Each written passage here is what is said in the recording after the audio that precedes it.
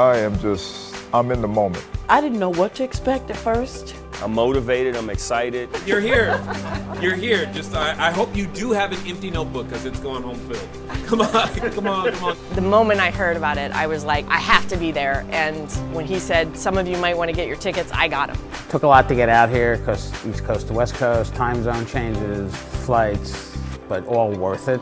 If I were to set the scene for this weekend, we're in beautiful, sunny Southern California. We had a short-term rental mastermind summit. What happens when the marketplace understands who we are and how we go out there? Oh yes, why short-term rentals? Real estate investing is the crown jewel of any portfolio. The short-term rental is where the real money's at. The bottom line for me as to why short-term rentals is time. You know, you can't make more time. We're creating passive income and cash flow so that we can free ourselves up to do the things that we really, really want to be doing. Immediately we saw the results. We still are wrapping our minds around how many people need this service and the fact that they're ready to pay a premium for it. It's a 14-day reservation, it's $4,500. So something that I learned early on as an entrepreneur is that you surround yourself with people that are smarter than you. Everybody always has something amazing to contribute. And surrounding yourself with people like that really helps build the foundation pieces of your business. You don't have to do everything. That's the whole point of hiring a team. Jay has created a space where we can actually be people and vulnerable. I'm literally doing this by myself, completely by myself. It's hard for me sometimes to know that I'm doing the right thing, so it was a lot of confirmations for me, which is great because I'm walking out of here with more confidence that I'm doing the right things. I never want you to feel like you're being steered some way. I'm just trying to show you this is how, when you ask yourself, how does Jay do it? This is how. We've been able to take action a lot faster just because the way Jay teaches things and the way that he does everything, it's very action-oriented. He's always just taking himself to the next level, but then he's just a phenomenal teacher. He just gives and gives and gives. Without having Jay part of our leadership and mentorship, we wouldn't be where we're at. Have we driven the point home about not doing everything yourself yet? What he's taught and what he kind of just puts out there is that this is better when all of us rise together. Like, it's not only him as the teacher anymore. Like, other people, as they learn things, they share. We've just gathered so many new ideas and so much new great information. They may be spread all across the United States, but I know I have this support system that I can reach out to and say, look, I'm having these kind of issues. What do you guys suggest? And just encouragement to keep going and keep trying and keep moving forward. This is the difference between working in your business and working on your business, is the systems and the team that you create. Favorite part of the summit? That's hard. Favorite thing this weekend? Gosh. Meeting Jay after all these years. We have a new family, which is absolutely exciting. The information I gathered, the friendships I've made. The place, the people, the food, the energy, and the connections, it's just, everything was just great. Yep, I agree. Who in this room thinks it would be a good idea to do something like this multiple times a year? I can't wait till the next one. Make it and believe. We'll be there. We'll sign up now. Yeah, we'll be there.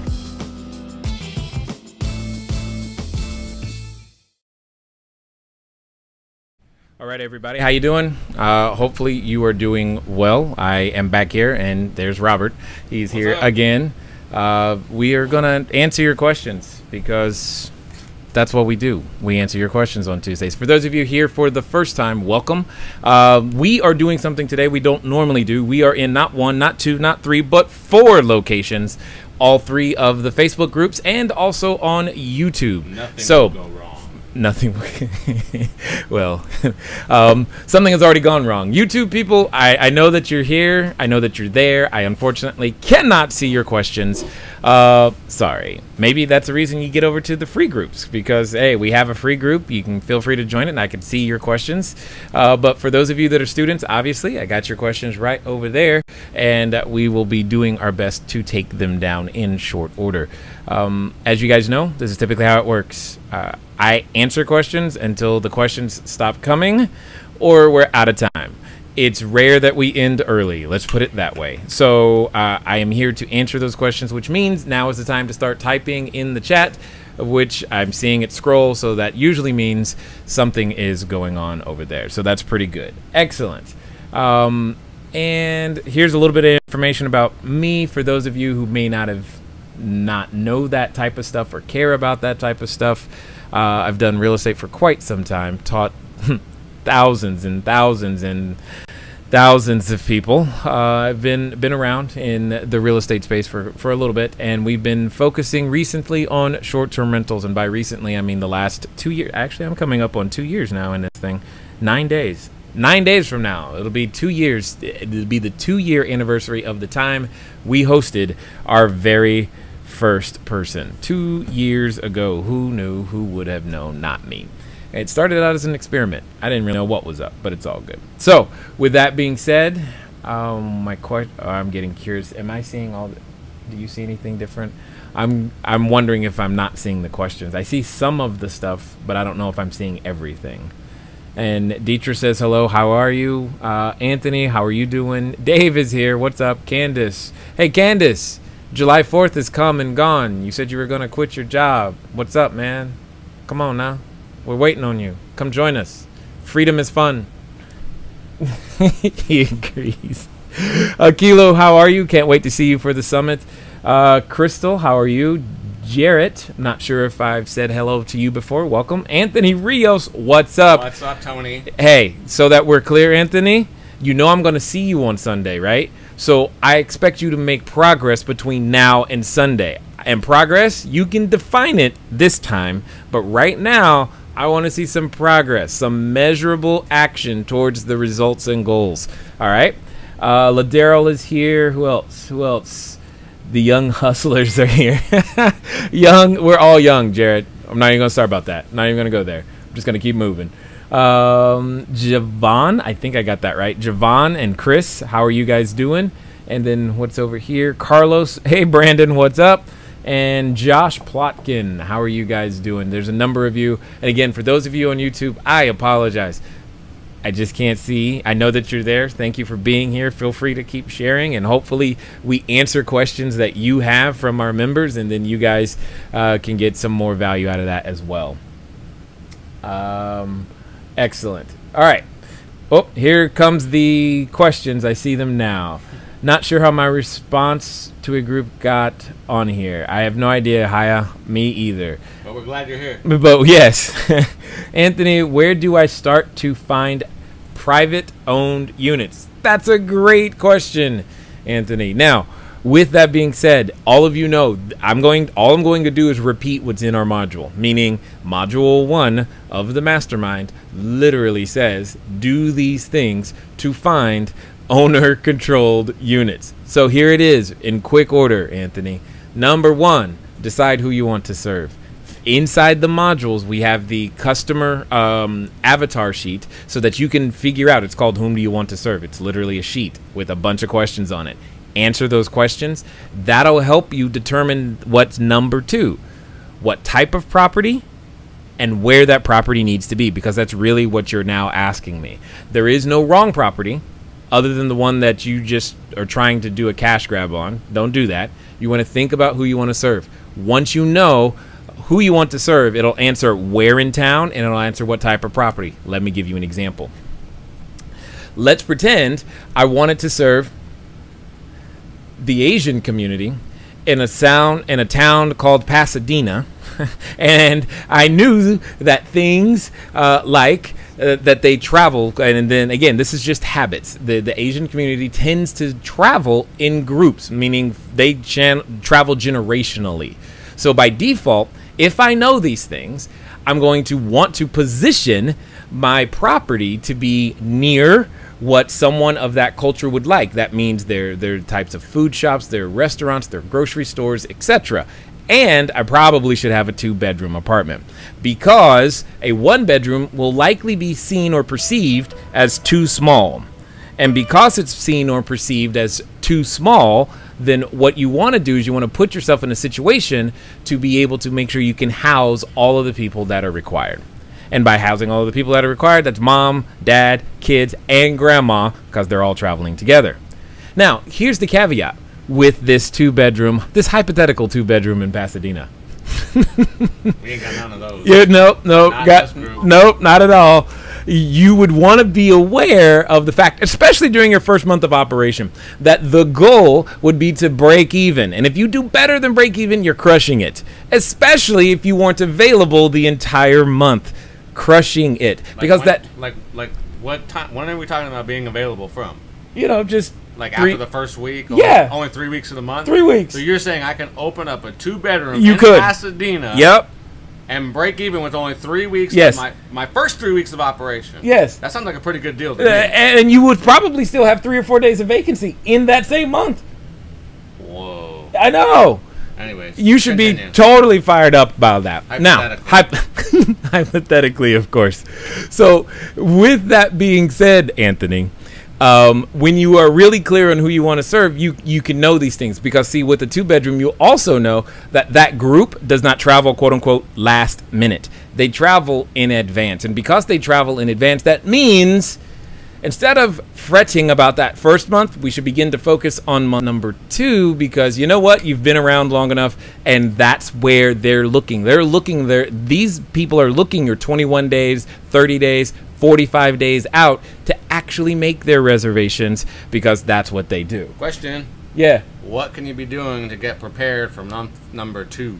For number 2? Yeah. You mean unit number 2? No, month number 2. You said you should start be thinking about number 2. Got it. What it comes down to is you want to begin to look at your pricing. This is really pricing driven, and you want to begin to figure out what in that next month might be what are technically called compression days. And I know we don't talk about these hotel industry terms a lot, but you do have some compression days that you probably want to begin to consider, because especially this time of year, there are going to be some days that you want to sell in groups. So making sure that your Fridays and Saturdays are a minimum 2-day stay is probably a good time. In fact, you may even want to go to minimum 3-day stay, especially on a 2-bedroom, simply because you could probably create a great deal. You should begin to focus on those Mondays, Tuesdays, and Wednesdays, because you're probably going to have some challenges, especially on the Tuesdays and Wednesdays, and you're going to want to begin to price yourself appropriately today for 21 plus days from now. Another question. Yeah, go for it. So, for those of us who don't understand where we can set those minimums per specific to a day, can I do that in Airbnb? While you can, we'd never recommend it. The easiest place to do it is inside your pricing software, which hopefully, if you're following the system, is Price Labs, because they have that in there. So at the end of the day, what it comes down to is, if you're breaking even the first month, Anthony, on a hypothetical Pasadena 2-bedroom, you're crushing it, and you're well off to your future start. And if you're like, dude, I've got nothing else to do, well, that's probably because you should be looking for another unit. All right? It gets boring really fast if you're not really building does. units. It really does. But watching cash roll in, that's never boring. No. Just go check your bank. The more units you have, probably the more cash will be rolling in. Every day. In fact, set up profit first. If you haven't done that, go do that, because that's part of it too. You're going to need it, I promise. Anyway, hypothetically speaking. Yeah. Of course. Of course. Oh, sorry. You guys have probably figured out we're not speaking hypothetically. But that's okay. We will. We will. Let me see. What are we at? Not sure. We got response. Anthony. Ladero, how are you? Brandon. John McPherson. John, I knew you were going to be here today. Yesterday, the San Diego City Council apparently banned our short-term rental business model. Only natural persons can have only 2 permits to run short-term rentals, and they're limited to one. They are limited to one's owner-occupied parcel. They just killed my retirement plan. What the heck do I do now? I can think of 4 options. 1, join the fight to repeal or modify this ordinance. Could take years. Hire a lawyer to try to find a loophole. Expensive. Might not be possible. 3, try to operate outside city limits. Very inconvenient. Probably can't serve my preferred customer. 4, give up on short-term rentals and find something else, which would really suck. Is there a better option? Am I missing something? Yes, because the natural option in this case, again, they haven't banned it. They said here's how they want it to work. So let's figure out. So let's just think about this for a second. It says only natural persons. Okay, cool. So that means a human being can only have 2 permits. So that means one human being can have 2 permits. I see 2 human beings. So between us 2, you're probably beginning to get the idea. We could have 4, right? And if I went and go found another person, I could have 6. And if I went and go found another person, I could have 8. You're beginning to hopefully hear what I'm saying. Yes, they've made it more challenging. They've made it more work. You just have to get more creative.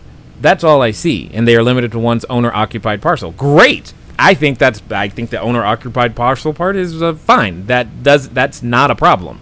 You just now have to be more in tune with the landlord. Hey, Mr. Landlord, I need you to get 2 permits. And I'm going to take 2 of your units in this building. And then you talk to another landlord. Hey, Mr. Landlord, I need you to go get 2 permits. And so, great. At least now you know what's up. Yeah. That's one thing. I mean, I think the other thing to think about, too, is, A, it's only within the San Diego city limits. Oh, right. There are many great cities within the county of San Diego, like La Jolla, for instance. Oh, okay. Right? So there's lots of different cities. The second thing is, your point, what was it? Try to operate outside city limits. Very inconvenient, theoretically, because you said you probably can't serve my preferred customers. My preferred customers are the ones that pay money. And the only thing I need to be concerned with is creating an experience for the type of customers that will pay me money for that experience. So, yeah, would I love to have that unit, like, literally down the street from my house, and my preferred customer would go there? Yeah, because they can pay me money.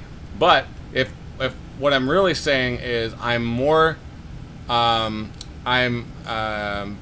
really want to be retired, and this is my retirement plan, then I'm going to figure out a way to do that, and I'm not going to allow city regulations to dictate that. Who was it in our group that decided to go buy land out in the desert and campers? That was Haley. It was Haley. That was Haley, but we have an internet issue. I think that's what's going on. And that's Brandon's calling you to let you know that the sound is up. We know. Brandon's calling me. Yeah. Hold on. Hey, Brandon, are we having trouble with the sound? Yeah. I just rebooted everything. Bummer. Yes, we know. But we don't know why. Can't hear you. We know. All right. One second. Working on it. Thank you. Yep. Okay. All right, bye. So basically said, here's what you would do. As soon as you started answering this question. Okay, it's green at the moment. 1 minute. How do I bring up a note screen? Let's see. There it is. I think it's working now because I just saw you raise your finger and say 1 minute. I don't know. That's a good. It's on the visual. But. Oh, we got a thumbs up. Give us some more if you like it. Ooh, we're back. Brandon says we're back. Yep. Got it. All right, let's start that one over again. Sure. 1 second. Where was his question, though? I know it was there. John. There it is. Nope, it's right there. There we go. Okay, so found it. We're back. Yeah. All right. So here it is, John. I'm just go point by point. All of your points are totally there, but here's the deal. They've told you again, as I've said this a number of times. In fact, when it comes down to the rules or regulations, and you cannot rely upon the newspaper headings. They always use the word banned, restricted, outlawed. That's not what this says. According to your own words, they didn't ban anything. They told you here's where and here's how. Oh, in this case, they said here's how. They didn't necessarily say where, right? But, well, kind of. They defined a certain city limits. Anyway, here's where and how. So what they're saying, here's how I interpret this. Only natural persons, meaning a human, can have a permit. Okay, fine. Each human can have 2 permits. That's what I see. So now, imagine I'm the operator. Rob's the landlord. I go to Rob and say, hey, I'd like your 2 vacant units. as a part of how we work together, I need you to get 2 permits. No problem. I'll pay for them. But at the end of the day, I need you to get 2 permits. And then what we're going to do is going to just pay you the market rent and move on. Cool. Rob's happy. He's got it. He's got what he needs. I got what I need. Moving on, I find another landlord. Hey, Mr. Landlord, as a part of this, I need you to get 2 permits. Landlord's a natural person. If you see where I'm going with this, we can insure Rob. He can be an additional insured on the policy. So can this one. Everything is fine. They've just now made it easier for you to go out there and make this happen, because now you know exactly what you need to do. So get it done. That's what it's time to get busy doing, is getting it done at the end of the day. Yeah, I'd also be really curious as to what the specific regulations are, the zoning regulations. So Sure. Is it only for single family homes? Oh yeah. Multiplex homes, townhomes, apartment? Is it 4 apartment buildings? Yeah, I didn't even think about that. Is it only residential zones versus commercial zones? A lot of times sometimes you'll find, like we did in Long Beach, you'll find an apartment building that's in a commercial zone. It's surrounded by residents, but it's zoned commercially. Woohoo! And so whatever they had that that was restricted to residential zones did not apply to us. There's always ways around it, but at the end of the day, I'm most interested in the type of customer. My preferred customer is the one that pays me money. So while I would love to have my short-term rental close to my house, I'm going to be more focused on building an experience for a group of people to come and enjoy my space. And I think one of the best examples in our group of someone who's done that is Haley. So, right. Why don't you tell them about that? Well, I don't know. I don't think she's here today. She's probably busy off in Utah frolicking in her land. But if you've listened to the live Mastermind bonus recordings, you heard Haley. You heard her start, right? And from that start, she has now gone off to buy 20 acres of land, which she is customizing and converting into a glamping site. Now, I don't like camping at all. I don't even know if I'll like glamping, but because it's a student, I'll probably end up out there sometime. But she's literally taking 20 acres of land and turning it into multiple units of short-term rentals for people who like the experience of being outdoors. Not my thing, but it is her thing. And that same thing is going to allow her to serve a completely different type of customer in a completely different type of way.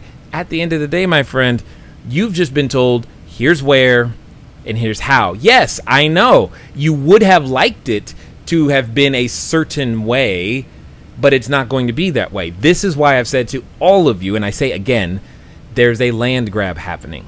Grab the land now, because if you want to have a shot at being quote-unquote grandfathered into anything that comes down the pipe, you have to already be in existence. It's only going to get more difficult to go out there and operate short. It's only going to get more difficult.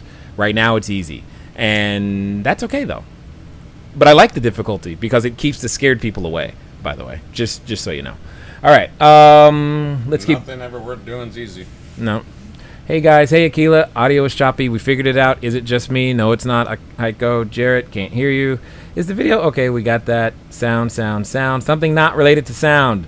Anthony, thanks Jay. To what Jarrett said, we're trying to find the unit in our desired area, but everything seems like a REIT. Yes. Welcome to California. So do you have a way to just quickly identify privately owned property, like a website or somebody that could show us? No. To identify the property after you've gone through, I think I didn't go to the next couple of steps. So you identified you filled out the worksheet inside the materials, right? You know where those properties are. You know where those properties are, or at least you have the type of property that you want to use, and then you know what general area that type of property would be located in. The next step is to get in the car and go there. Literally get in the car. You're going to drive for dollars, as they would say, but get out of the car once you're there into that little area. Like, go to Google Maps. Look, where's the business district, and then find the apartment community that's near the business district. Go. Get out your car, walk. And when you walk, you're looking for sale sign. You're like, well, can't I drive? Isn't that more efficient? Yes, you can, but you're going to miss stuff. Why? Because you should be paying attention to the road.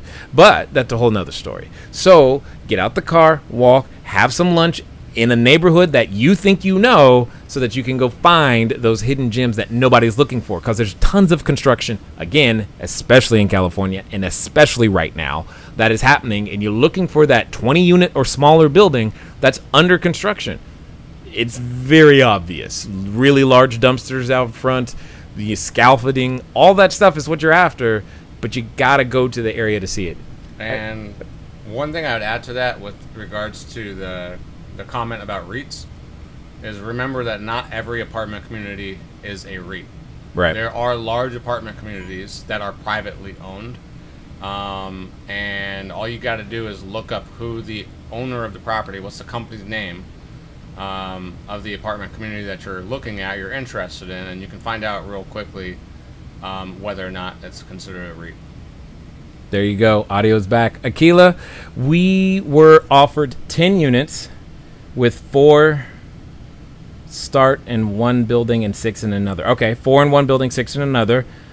But they are opposed to Airbnb due to bad past experiences, and is offering us corporate housing only. What do you suggest? Should we try to persuade to allow Airbnb or use other booking sites only? I would just find another location, to be honest. It's not worth the hassle.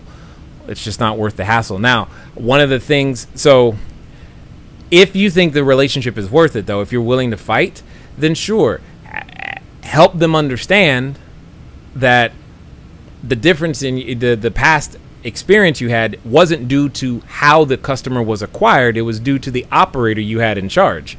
If you can drive that point home sufficiently enough, then yeah, move forward. But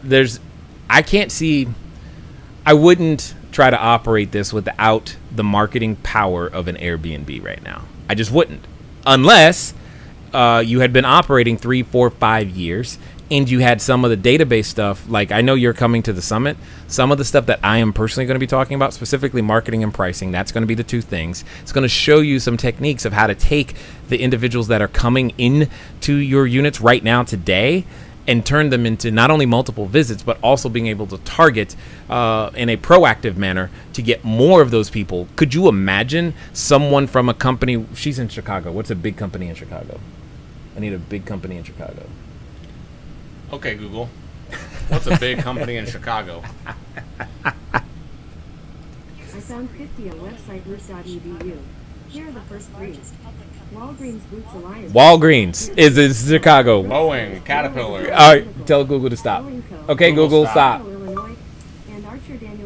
Okay, stop. Google is still going. Anyway, no. According to Merriam-Webster. Stop. Stopping. Stop. We've got 3 Google devices, and both of our voices sound alike, apparently. So anytime I do it, it's a funny joke. Every time I do it, all of our devices light up simultaneously. It's so funny. Okay. All right. Stop. Caterpillar, all right. Boeing, Walgreens. Got it. So imagine Caterpillar, Boeing, or Walgreens. Someone with Walgreens.com stays at your place. You find this out. Now, imagine being able to target all of the Walgreens employees, all of the C-level people, all of the people in charge of travel for Walgreens to Chicago to come to your place. Are you kidding me? Because you don't have that yet, I would not try to do this without the marketing power. You need constant customer acquisition. And Airbnbs, in my opinion, they're free. They're free customers. So yeah, that was really funny. Wait. Haley in Utah, we have to connect. Yes, Ladero, Haley in Utah. James Finney, what's up? In Memphis, we have a place called Harbortown apartment on the riverfront. Very nice, but the walk score is 35. Is that a game killer? It's a game killer for me because that is the type. There's a certain type of customer that I am looking to serve. Again, if you take, for example, let's go back to Haley, for example. She's looking for places that have a walk score of 0. Because they're glamping sites in the middle of nowhere where it's an hour drive to the grocery store.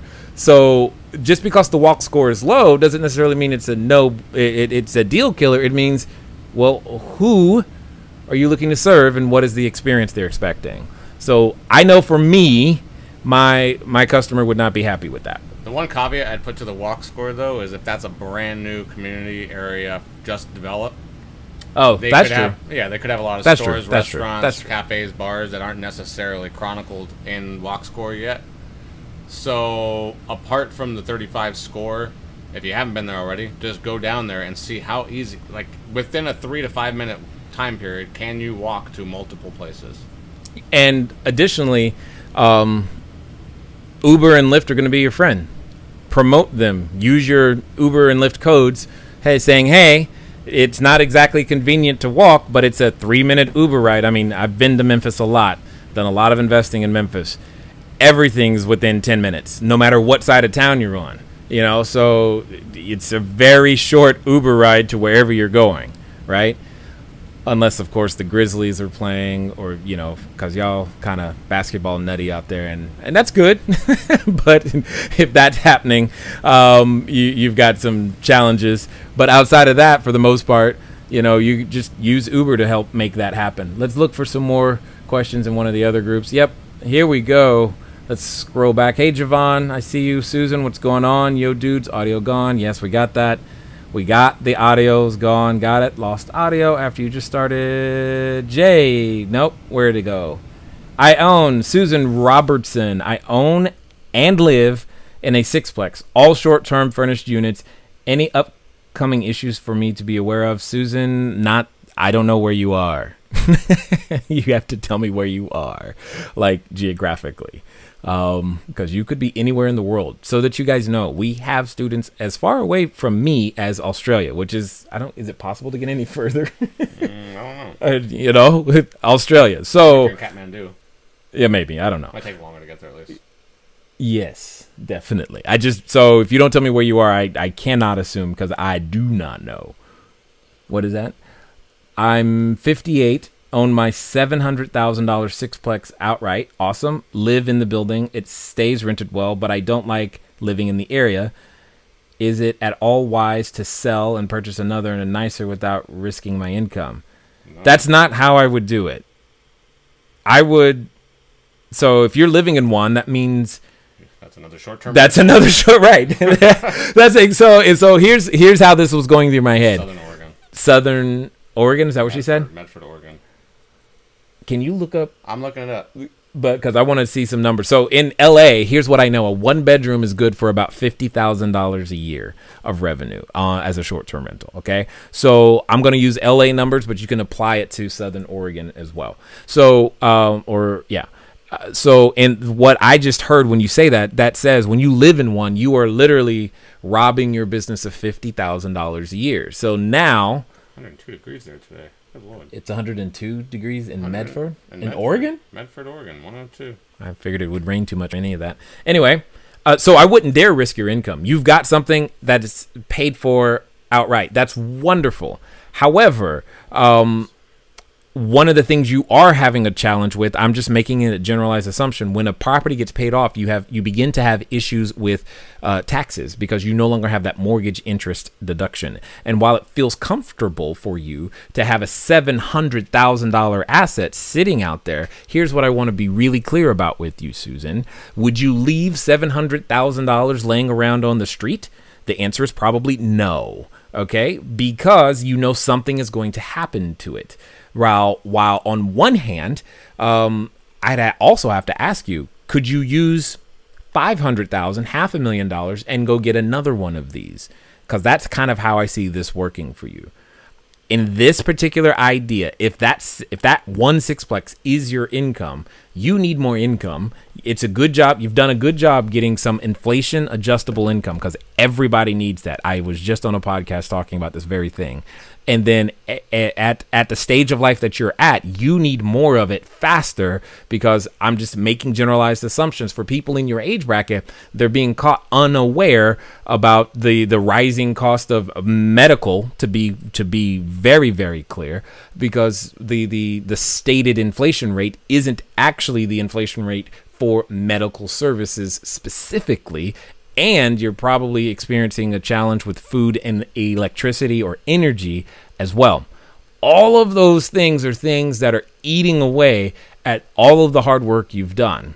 And you need more defense. And to get more defense, you need another property. in my opinion, especially if that one is paid off. So I see no reason why you wouldn't take $500,000 off the table, go find another one of these sixplexes or another something like it, take that 6th unit, turn it into a short-term rental, put yourself in an apartment. I'm being very clear. Put yourself in an apartment, go find another building, maybe 5 units or 6 units, and do the exact same thing. And so instead of risking your income, I've doubled your income. And if you've done it right, when you took that $500,000 out of the property, you probably have at least $100,000 left over to give you some more additional cushion should something be rocky or go in a way that you're not expecting. Now, I noticed none of that said go on vacation. All right. Now, I know that maybe you may want to, but now is not the time for that just yet.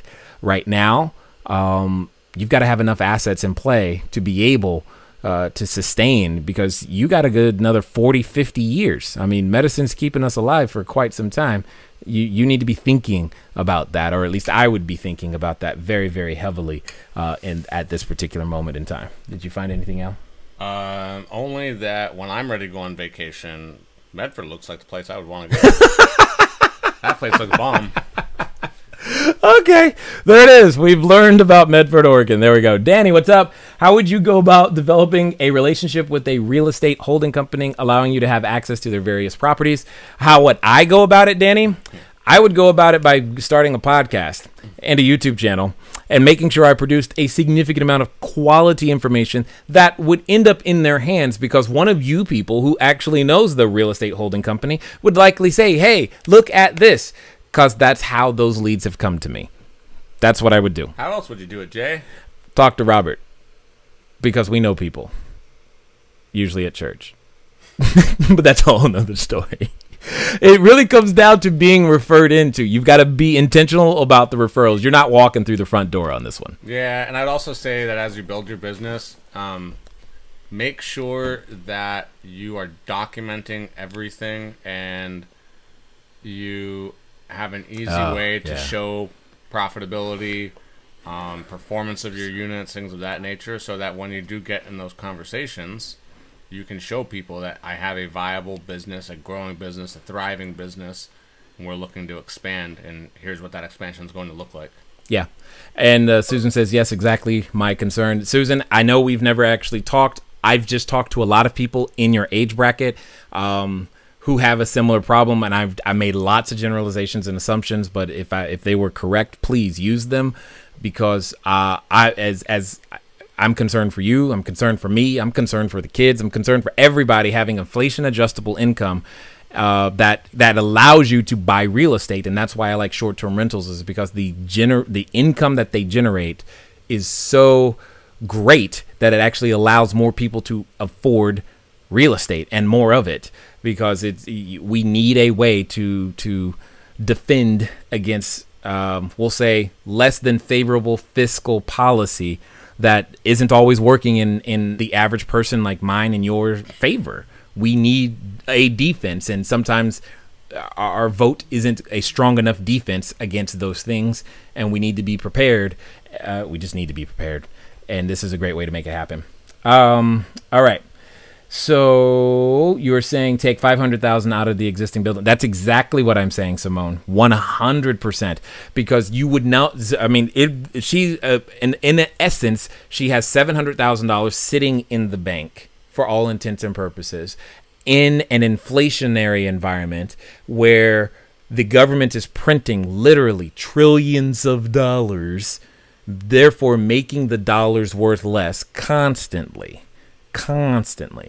So in the same way you wouldn't sit bananas on the counter for months and actually expect them to be good after, what, a week?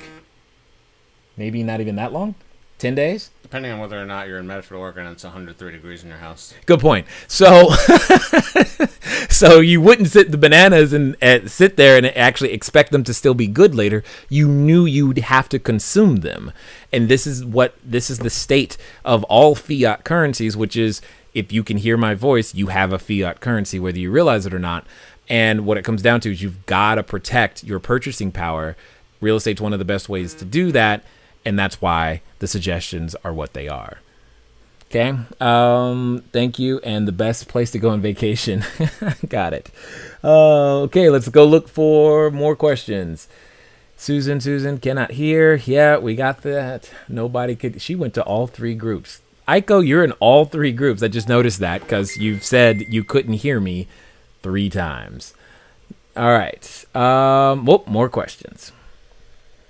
Got it. David Jonathan Ho, how much would you charge for your time and labor to fill up the fridge for an incoming guest with stuff they want? I've been charging $50. Wait, what? First of all, I wouldn't. Oh, I get it. Never mind. So you're talking about filling the fridge for guests.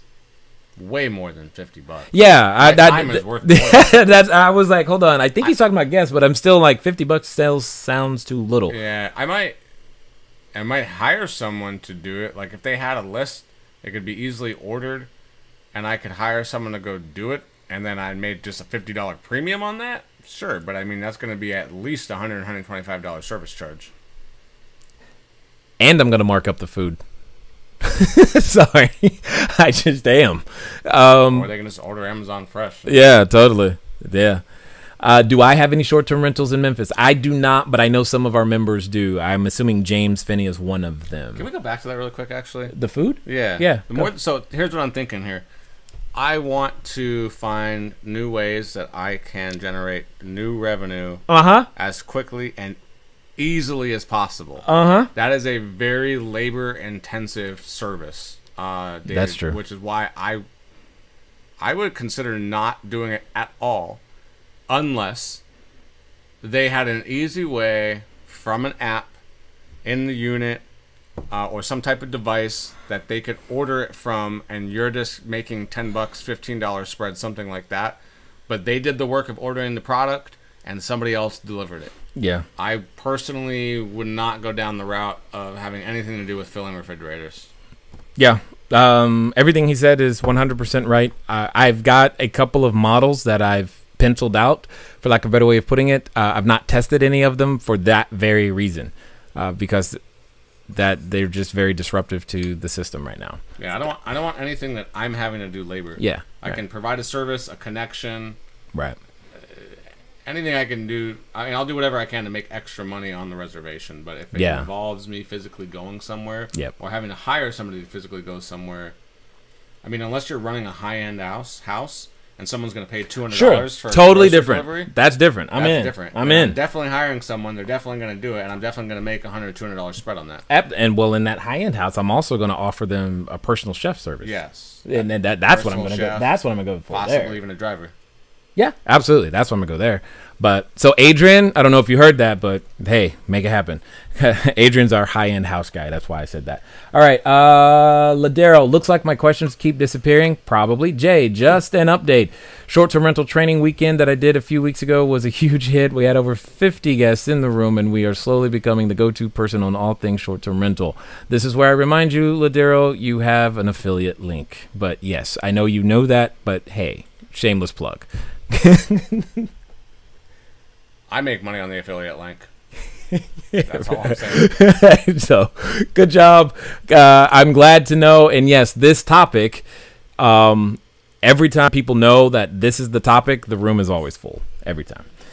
David, have you and Robert had to break any leases? Robert, I know, has not. And neither have I, because when I go into a lease, I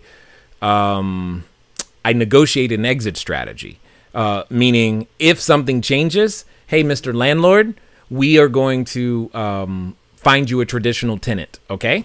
So we've never broken a lease. Now, we've had leases, I've had leases non-renewed because the REIT changed their mind for whatever reason, or the neighbor complained about noise, or yeah, I've had that one time. But at the end of the day, there was no noise. I could show them there was no noise. It didn't really matter. It doesn't matter. The point is, have I moved units? More than I care to think about. But that's also why that wisdom that I've gained is why I keep saying, please work with owner-controlled properties, because they're easier and you can build something more stable all the time. The one thing I would say about breaking leases, and it's not on the property level, but basically any lease in general, there's always an out. It might cost a little bit of money, but there's always an out. Right. One of the strategies you guys know that have been around for a while that I've done is I've chosen to lease my furniture specifically so it lowers my startup costs, and because of that I can almost get 2 units for the price of 1. Now I am in the strategy of that I've been in the unit for about a year. I'm starting to buy those leases out, and I'm purchasing the furniture that's already in the unit, which is now going to lower my operating costs and increase my profit margin. So I was able to get the units up quickly, performing quickly, and now that we're at a happy place, I can buy those out. It's not really costing me that much more money. The benefit far outweighs the associated cost. Yep. Akila, that's follow-up, huh? That is not what my brain said first. Yeah, I thought that too. Possibly totally different. Whoa, someone's really intense right there. I'm like, okay. As a follow-up to my previous question, I'm communicating with the leasing manager. How should I sell her on the idea of allowing Airbnb? Should I reach out to her regional manager? Also, I have a 4.9 rating superhost status on 4 units. How should I start the conversation with her? What should I offer as evidence? Got it. Number 1, Akila, you're not going to convince and you're not going to sell. You're going to ask questions, though. You're going to find out things like, what is it that they have against the platform? Because here's the real division. You've got to help them understand that you have completely different security and screening procedures than whomever you've dealt with in the past. You've got to help them understand that, hey, I'm coming to California. I'm going to be amongst the best and brightest in the short-term rental industry who are out there operating hundreds and hundreds of units in REIT-controlled buildings just like yours successfully. I didn't just think about this last night, because it shouldn't matter where you get your customer from. Indeed, it doesn't. What matters is once they are your customer, how do you prepare them, set their expectations, and train them properly to be able to do the things that need doing to be able to access the units and treat your property with respect. Those are the things that you need to show. Just because you've got great reviews, that kind of helps. But what's way more important is the security and insurance and the understanding of how much work you put in on the front end so that none of that happens. In fact, one of the selling points, very true, is that, you know what? I know you're concerned about these things. This is one of the reasons why we only want your units that are studios and 1 bedrooms that are no more than 800 to 1,000 square feet. Because we find and have found that it's very difficult to party when there's no elbow room. And that's why we only want 1 dedicated parking spot, so that we can tell everybody, you got 1 parking spot. The whole party isn't going to Uber. These are all little things that make a huge difference that decrease the experiences that they're talking about. Okay. Oh, the orders are going in. Good job, Ladero. Can't wait. I want to write you a really large check. I dare you. I challenge you, Ladero, to make me write you a check with 5 digits in it before the decimal. What company do you use to lease your furniture? Court. Are they located in Chicago? I think Court is nationwide, so probably. Steve, what's up? Give us a couple examples of add-ons that apply to most units for most guests that are profitable. Got it. So, Steve, you're coming to the summit. As I am aware, you're going to see this in action. But an add-on that has been developed and is still being tested literally right now, just imagine having 2 levels of internet service. You have a free level, which is fast, and it works. But then you have the faster level, which is just better in name only. It's just better in name only. I think people would pay for that. Imagine that being automated. If it's marketed properly, it'll be done. What about early and check? That was next. The most popular one, though, is early arrival or late departure. And how much can you make from those? Man, earlier this week, I sold an early arrival for 1 p.m. at $75. I was testing. Like, would that happen? I didn't know someone would pay that much. And I've tried to sell late departures for as much as $105. No joke, especially to international guests, because their planes always leave at 5 p.m., 8 p.m., 7 p.m. I'm like, okay, well, $105, because they don't like hearing the words, you got to book another night. But if I say it's only $105, somehow that makes a difference. Yeah. I mean, and to put that, I mean, I think the crux of your question, that is profitable. First of all, it's all profitable. All of them are profitable. But, you know, think of it this way. I sold 2 different early check-ins yesterday, different levels. I charged $70 for a 10 a.m. check-in, $40 for a 12 p.m. check-in, $25 for a 2 p.m. check-in. I sold a 2 p.m. and a 12 p.m. yesterday. So the 12 p.m., $40. They're saying they're 2 days. That just increased my nightly rate by $20. That's awesome. So if it was a $110 a night rate, it's now a $130 a night rate. Yeah, totally. That's easy money. It took me maybe a minute to actually process that and send them the invoice, and they paid it within 5 minutes. Yeah, there's so many of those little things. Those are some of the easy ones. Another one that we've actually made money on is returning items. So, hey, I left my blah, blah, blah. Okay, cool. So not only do I make them pay for the shipping with tracking number, I make them pay for the time for the courier that we acquire and a little bit more, right? So let's pretend it's going to cost you $25 to ship and the courier is going to charge you $25 to actually do the work. I'm actually going to charge them $75 for the returned item because, hey-oh, you want your stuff back. And it's really a process for us to actually arrange and track that stuff down. So few people actually ask for their stuff back. We probably could start an eBay store at some point. Yeah. I did have a guy who was so adamant about his brush. It was like a $500 brush. You should have charged a lot of money for that. We never found it. Oh, then never mind. I actually found, so he told me what the brand was, and I went and looked it up. And I'm like, this ain't no $500 brush. This is a $30 brush. And I showed him a picture of what I had. And then apparently what I had was a knockoff of his actual thing. It's another guest left at. And I'm like, oh, that one? I don't have that one. The $500 hairbrush. I have no hair, so it doesn't matter. Moving on. Phil, what's up? Hey, Jay and Robert. Have you had any experience with chargebacks? Lots of it. We've had our first one 2 weeks ago on HomeAway, and luckily we were able to rebook the unit. However, it showed how vulnerable we are to chargebacks. How do you protect yourself from this behavior? The 2 words are is that one word? It's non-refundable. It's one word hyphenated. One word hyphenated? Yes. It's the non-refundable is the word. I left HomeAway a long time ago, and that's really what it comes down to.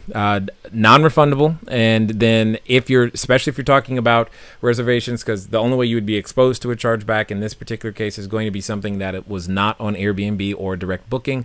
So now it's going to come down to documentation. So did you send the contract? Did you get the electronic signature? Did you get the front and back of the credit card? Did you get the driver's license front and back, or passport, depending on nationality, however that works? Did you get all of those things inside the contract? Is the actual documentation regarding what the return, quote-unquote, refund policy or cancellation policy is that clearly stated? Was it initialed? And do you have a time-stamped notification of when they actually requested said refund or made any of those motions so that you can prove that they had to have known and it's all good? We did what we were supposed to do. Chargebacks are not fun, though. Which is one of the reasons why, it's one of many reasons why we started looking for new property management software until Pete came to the forefront, because they have contracts embedded as a feature in the service. Yeah, and it's not like others don't have contracts embedded in the feature. They do. It's just at an enterprise price level. So what you need in terms of a feature set is not commonly available at the price that they're charging, period. Let's see. Let's keep going. Akila says, thanks. Michelle, what's up? Robert, The info on court changed everything for me, so yay. I am currently working on my first 2 units, and I was freaking out about the cost of scaling. So happy now. Way to go, Robert. You're changing lives. Shirley Wilson, what's up? James, just letting the group know I'm totally excited about the summit. Oh, you're coming. Excellent. I haven't seen the entire list of who's coming, so if you're coming, I may not know. Summit, I have 5 units offered to me. I signed the lease on Thursday. Will there be an opportunity to help with platform setup at the summit? I signed the lease and fly away to the summit. That happened to someone last summit. They literally signed the leases either on the plane or while they were getting on the plane because they had just signed the leases. And when they landed, we were all excited for them and talking about it. So yes, we actually have a session where we're going to be talking very specifically. It's not, that session is not actually being taught by me because there's enough of you guys now who know what's up and what to do, which is going to be great. And yeah, we totally have made room for that to help with platform and integration and figuring all that juicy good stuff out. In fact, those of you coming to the summit, your brain is going to explode. Just, you know, you can keep coming back. That's all I'm going to say. And if you've been to the summit before, I promise you, this one's different. Simply because we're all further along in our business and the rules continually change. And we've gotten that many more vendors to come out. I think at last count, we have 18 different quality speakers who are coming to assist us in making sure that the businesses we have run even better, which is kind of cool. I'm excited about it anyway. I'm excited about it. All right. Let's see. Looking for more questions. Whoa. Susan. Aiko says, I need an affiliate link. I tell everyone and their mother they need to do short-term rentals. Aiko, tag Dave Sinton. He will get you all hooked up with that. Simone, not Simon. Sorry. Have you rented to the travel nurses industry in any of your units? I have.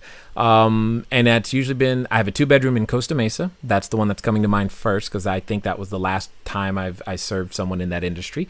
And because there was a group of them and 2-bedroom kind of made sense. So the answer is yes. I have a lot. Great tenants. Yes. What do you mean by those? Buy those leases out. Got it. So what Robert was referring to when you buy out a lease. So a lease is typically a contracted, you're going to pay let's call it $350 a month. And you agree to pay that $350 a month for 12 months.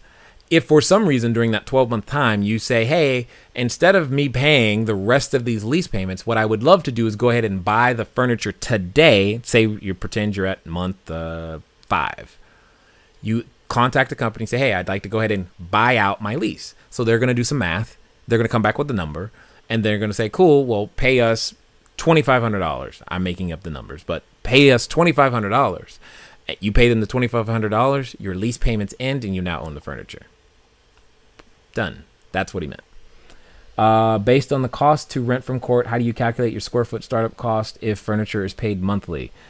You don't, because it converts from a startup cost to an operational cost. So that's the difference. It's no longer a quote unquote startup cost. And that's the exact reason why I pointed out that once you buy them out, your operational cost goes down, your profit margin increases because it just goes straight to the bottom line. Yep. Okay, let's keep going. Troy Rolmeski, Instacart app may be able to make that work. Yes, ooh. Troy, that's one of the solutions that I was thinking about, is that I know that Instacart does have a referral agreement or a referral affiliate link. The challenge for someone in my position to talk about Instacart is that Instacart isn't Insta everywhere. And that's part of the challenge. And I haven't found a suitable solution that can quote unquote work for the majority of us. That's really the answer. I cannot hear anything. Is it me? Is Jay laughing? Yes, I probably was laughing because Robert says funny stuff. Let me see. What is that? Danny, do you know of anyone that is having success serving the military with their short-term rentals? Curious to know if there's a viable market for locations adjacent to military bases. Definitely a viable market. I don't see why the market wouldn't be viable, but I cannot definitively say, yes, go talk to this person. Out of our hundreds of students in this particular strategy, there's got to be one. Maybe they're watching right now and they can raise their hand and say, yes, Danny, it's me. But if I can't see why it wouldn't. And there's also, I'll see if between now and next Q&A, I can locate a message that my sister sent me because her husband is in the military. But she has a lowdown on all like military websites and discounts and traveling and things like that. And there are sites that you can use specifically to market your rental. I know that. Oh, Sarah Kingston says, I've had minimal success in Minot. This is Minot, North Dakota. North everything, south of nothing. Not Oceanside, California. Not Oceanside, California. Not Hawaii. Not Hawaii. In fact, probably not a place you heard of until I just said it. She said she's had minimal success in Minot as an active duty military member. Now, here's the thing. Understand, her town is maybe 42,000 people total. Like, nobody's there. Deer outnumber the people, okay? So just keep that in mind. But there you go. So there's one person. Whoop. There we go. Let's keep going, James. Nope. Hey, guys. Anthony Condor. Hey, Jay, as a follow-up to Akila's question, the leasing manager says they had a bad experience with operators that did Airbnb. I got that. We would like to build good rapport as they're offering us 5 now and another 5 in another building. They're acquiring in a couple of months. Should we ask to speak to a higher decision maker, regional manager, or owner to get Airbnb approval? Go ahead. So the first thing I got to say is the fact that they're offering you 5 and they've said that they've had a bad taste in their mouth from previous operators is simply pointing out the fact that there's a massive difference between the operator who's a hobbyist and the operator that is a professional business. Second, the fact that they are offering you those units even though they're telling you that they've had a bad taste in their mouth from another operator, is they're just rattling their saber. They're letting you know that you're going to be watched closely, that we have a fine eye on your operations, that that we're not going to take any shenanigans, so you better be legit. That's how I take it. Yeah, and more importantly, here's the best question. If you had a bad experience, now let's just think about it. I went to a... I was in Memphis. I was with my operations person, who was my operations person at the time. And she wanted to go eat pho. Okay? I love pho. Oh. So good. Now, if you don't know me, my palate is very narrow when it comes to food. Narrow might be an understatement if Rob was to... He'd probably use different words. More narrow than his fingers were just showing. But for whatever reason, I said, sure, I will try it. So I went to go try it. And I physically got sick. No joke. So sad. And I have not been back since. Delicious. Why? Because I had a bad experience. So a very legitimate question to this property manager is, if you had a bad experience and you think it was the operator, why are you open to doing business with us at all? Because there's a reason. And you need to find that out. Because behind that reason is your leverage to say, okay, cool. So then you recognize, like Rob was talking about, that there's a difference between us and whomever you were dealing with before. So here's what I am saying for the both of us to have the most mutually beneficial, successful relationship is that I need my greatest chance at success. So how about we do this? How about for the first 6 months, we go ahead and operate the normal way that we are used to. And if for some reason during that 6-month period, you believe that we ain't up to snuff, we'll remove the Airbnb marketing channel or your listings from the Airbnb marketing channel. Hopefully you hear everything I did right there, because that is where this lies. And I think there's something in there that you're going to discover, which is going to make the relationship even better, because there's a reason they're open to it. Find it out, leverage it, and then make them an offer that they can't refuse. All right. Michelle My one bedroom is $287 per month per unit for all of my furniture for 12 months, and that was for mid-range quality. You can almost hear her saying, I can almost mentally see one of those flappy arm guys waving, wow, crazy prices. Anyway, Sarah, okay, can't hear Robert. Speak up. Sarah, haha, I know I've only seen one deer since moving. Okay. Military is good for advertising. I've done... Homes.mil is good for advertising. Homes.mil. Got it. Is good for advertising. I've used AHRN, but it's outdated and didn't get any guests from there. Awesome. I hear you. Thank you. You're welcome, Akila. For those of you on YouTube, if you've watched this far, you are awesome. I know you're there. I'm sorry I couldn't see your questions. What's that? You can't see anyone over there? I can't. Yeah, it click on that. Nothing. Huh? Yeah, it blocks. It says watch. In a second, it's going to say blocked or whatever. Oh my God! I can see them. Well, hold on. What's that? You can't see them. I can hear it, but I don't see their questions. That is the problem. Oh, that's a bummer. Yeah, that's restricted mode is hidden comments for this video. Yeah, I'm aware. Gotta get out of restricted mode. Yeah, well, we'll figure it out later. But I'm glad that you're there. Hopefully, like the video anyway, because. Yeah, I don't know what that's about. Homes.mil doesn't have an SSL. JD, hello. How would you negotiate the new ordinances against short-term rentals in San Diego? JD, here's what I am going to ask you to do. When this is over, you're going to hit the rewind button because we already covered that one. Because I knew that when I saw, I think Robert saw the news article at lunch, and I'm like, well... We knew a question was coming. I knew it was coming. We knew who was going to ask the question. We were ready. Said, let's do this. Yeah, we knew it was coming, so it's all good. Hit rewind. The answer's there.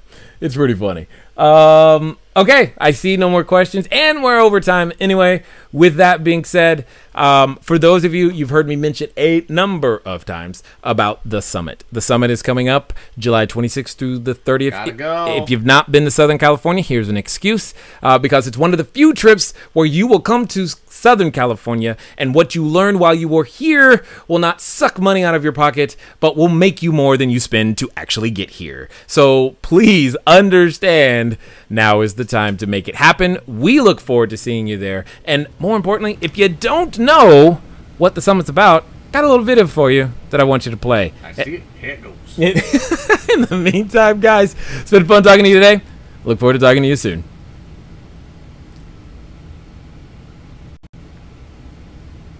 Why is it not?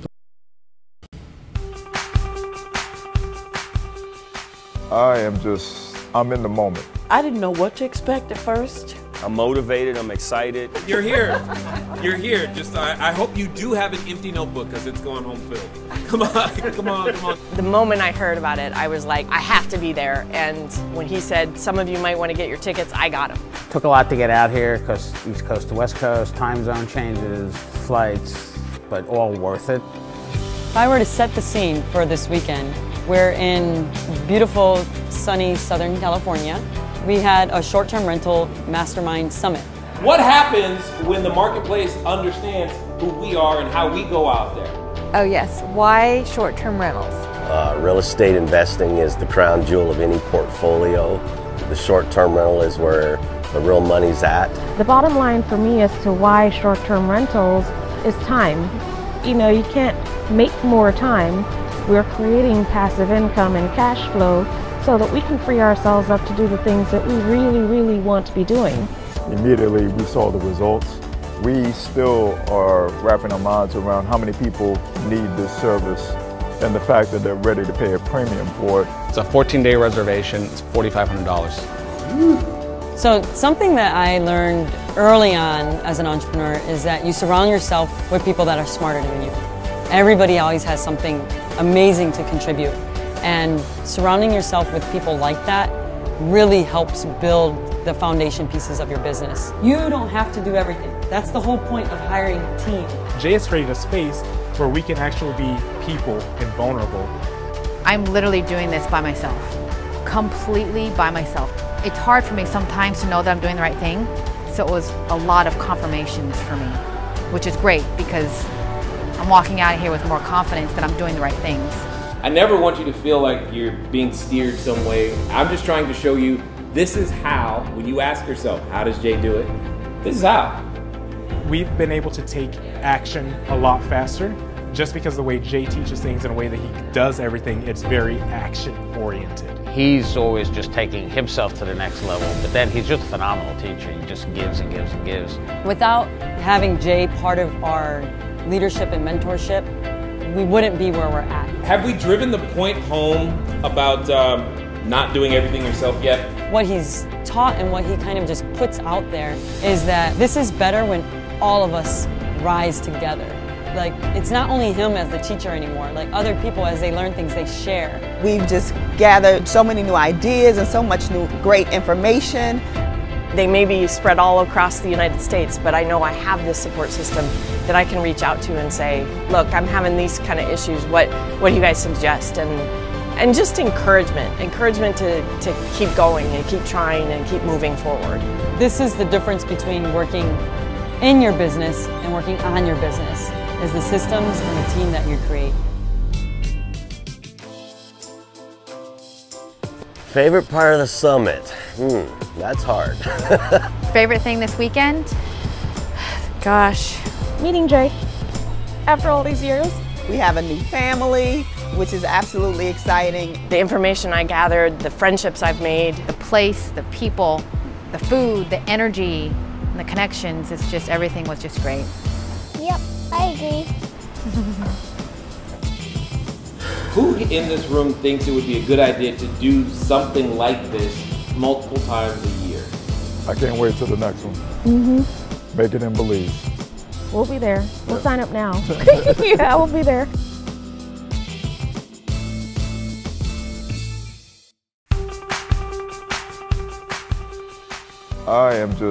I'm in the moment. I didn't know what to expect at first. I'm motivated, I'm excited. You're here.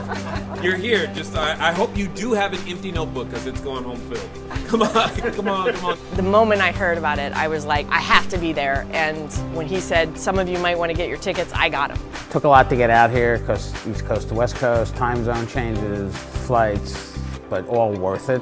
If I were to set the scene for this weekend, we're in beautiful, sunny Southern California. We had a short-term rental mastermind summit. What happens when the marketplace understands who we are and how we go out there? Oh yes, why short-term rentals? Real estate investing is the crown jewel of any portfolio. The short-term rental is where the real money's at. The bottom line for me as to why short-term rentals is time. You know, you can't make more time. We're creating passive income and cash flow so that we can free ourselves up to do the things that we really, really want to be doing. Immediately we saw the results. We still are wrapping our minds around how many people need this service and the fact that they're ready to pay a premium for it. It's a 14-day reservation, it's $4,500. So something that I learned early on as an entrepreneur is that you surround yourself with people that are smarter than you. Everybody always has something amazing to contribute. And surrounding yourself with people like that really helps build the foundation pieces of your business. You don't have to do everything. That's the whole point of hiring a team. Jay has created a space where we can actually be people and vulnerable. I'm literally doing this by myself, completely by myself. It's hard for me sometimes to know that I'm doing the right thing, so it was a lot of confirmations for me, which is great because I'm walking out of here with more confidence that I'm doing the right things. I never want you to feel like you're being steered some way. I'm just trying to show you this is how, when you ask yourself, how does Jay do it? This is how. We've been able to take action a lot faster just because the way Jay teaches things and the way that he does everything, it's very action oriented. He's always just taking himself to the next level, but then he's just a phenomenal teacher. He just gives and gives and gives. Without having Jay part of our leadership and mentorship, we wouldn't be where we're at. Have we driven the point home about not doing everything yourself yet? What he's taught and what he kind of just puts out there is that this is better when all of us rise together. Like, it's not only him as the teacher anymore, like other people, as they learn things, they share. We've just gathered so many new ideas and so much new great information. They may be spread all across the United States, but I know I have this support system that I can reach out to and say, look, I'm having these kind of issues. What do you guys suggest? And just encouragement to keep going and keep trying and keep moving forward. This is the difference between working in your business and working on your business, is the systems and the team that you create.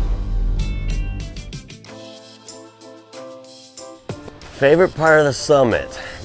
That's hard. Favorite thing this weekend? Gosh. Meeting Jay after all these years. We have a new family, which is absolutely exciting. The information I gathered, the friendships I've made. The place, the people, the food, the energy, and the connections, it's just, everything was just great. Yep, I agree. Who in this room thinks it would be a good idea to do something like this multiple times a year? I can't wait till the next one. Mm-hmm. Make it and believe. We'll be there. We'll sign up now. Yeah, we'll be there.